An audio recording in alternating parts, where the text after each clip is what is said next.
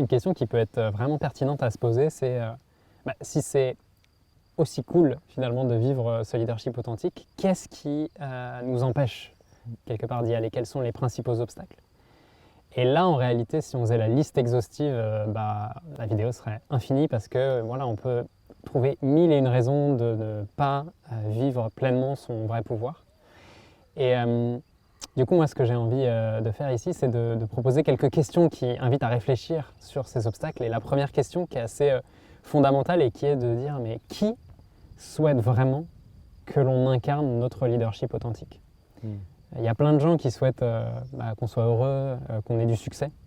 Mais le leadership authentique, qu'on soit vraiment nous-mêmes, ça peut questionner en fait.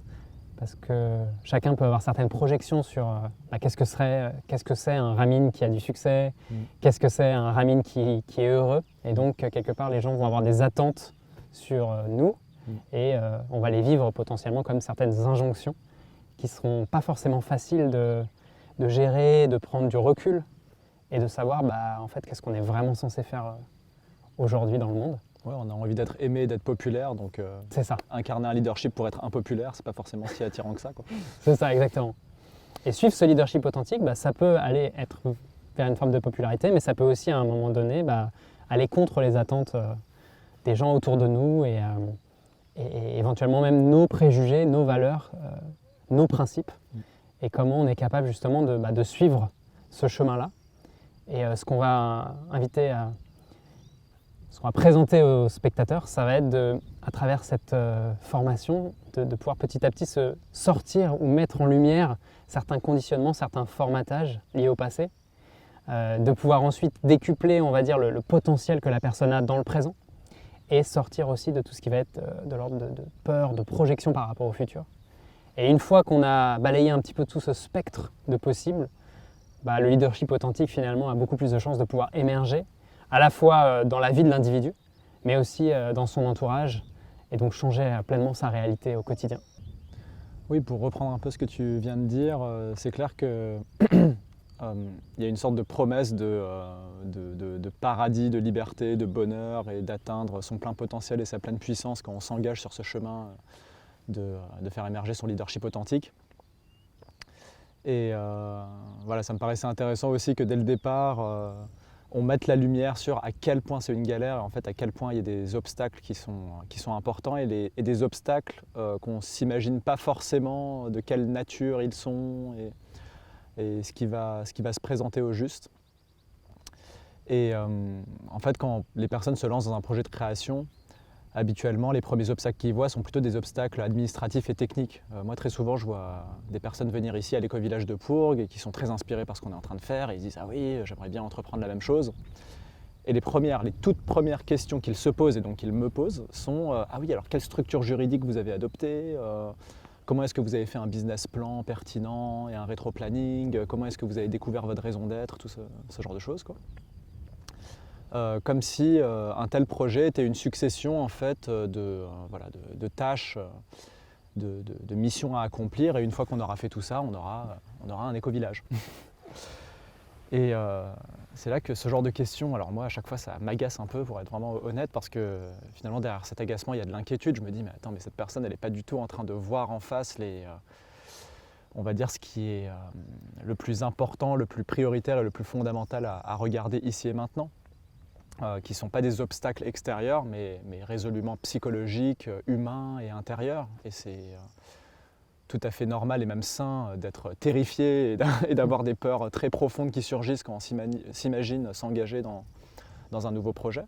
Et là, bon, je prends l'exemple de l'éco-village, mais ça peut être n'importe quoi. Ça peut être vouloir se reconvertir d'un job dans un bureau à la pâtisserie ou de demander, par exemple, à son N+1 d'incarner un nouveau rôle de l'entreprise, par exemple d'explorer le community management ou le bien-être dans l'entreprise et ce genre de choses et vouloir s'investir là-dedans. Et justement, je pense que c'est un bon exercice que pourraient tester certains de nos auditeurs, de vraiment se projeter, de se visualiser dans la situation où, par exemple, ils raconteraient à leurs parents qu'ils vont se reconvertir dans la photo ou de se voir demain face à son N+1 en train de lui proposer de créer un nouveau rôle qui n'existe pas dans l'entreprise et qui les passionnerait, qui leur donnerait davantage l'envie et l'enthousiasme d'aller au travail le matin, quoi. Et puis, en se visualisant dans cette situation, ce serait quoi l'ambiance dans la pièce, quoi? Est-ce qu'il y aurait un « Oh oui, bien sûr, c'est génial ce que tu proposes et je vais te soutenir à fond ». Et dans certaines familles, il y a cette culture très entrepreneuriale où on prend des risques, où on échoue et l'échec n'est considéré que comme une étape mais pas quelque chose de dramatique et ce genre de choses. Mais j'ai l'impression qu'en particulier dans la culture française, c'est quand même une minorité des personnes qui ont une telle attitude face à l'intention de se reconvertir, de créer, d'incarner son pouvoir personnel. Et je pense que dans la plupart des situations, on va avoir un silence et une ambiance d'un certain malaise. Et ça ravive certaines peurs, peur de l'échec, peur de se retrouver dans une certaine insécurité matérielle, voilà, des peurs très profondes qui sont là et qui sont en même temps très culturelles et en même temps voilà, remontent sûrement à des choses même très primitives et très lointaines. Et voilà, moi, la première suggestion que j'aurais pour nos auditeurs, c'est d'aller regarder ces choses-là pleinement en face. Voilà, de ne pas garder ça dans un déni quelque part et de se dire ok, voilà ce qu'il en est. En fait, les premiers obstacles que j'ai à relever sont résolument psychologiques, quoi. Oui, c'est pas anodin en fait d'entamer un changement dans sa vie et en particulier un changement de posture qui consiste à passer de je réponds à des attentes extérieures depuis le début de ma vie à je me sonde intérieurement et je sonde ce qui me fait vibrer et je prends plutôt une direction vers ça. C'est clairement pas anodin, il y a des obstacles qui viennent sur le chemin pour ça.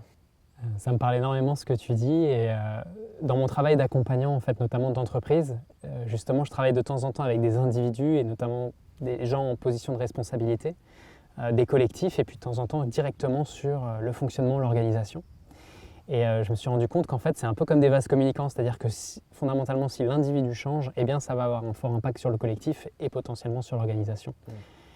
Et c'est ça en fait, ce levier-là sur lequel on va appuyer à travers cette formation où on va résolument travailler avec l'individu, le spectateur, et l'inviter à se sonder, à travailler avec qui il est, faire émerger de plus en plus cette graine de leadership, et puis après pouvoir la faire décupler sur son collectif, son environnement et potentiellement, pourquoi pas, son entreprise si à un moment ça a du sens pour lui. Et donc je suis hyper content qu'on puisse témoigner en fait de cette possibilité, à la fois par nos parcours, par nos vécus, mais en plus qu'on puisse le transmettre de façon la plus puissante possible et que les téléspectateurs puissent en bénéficier.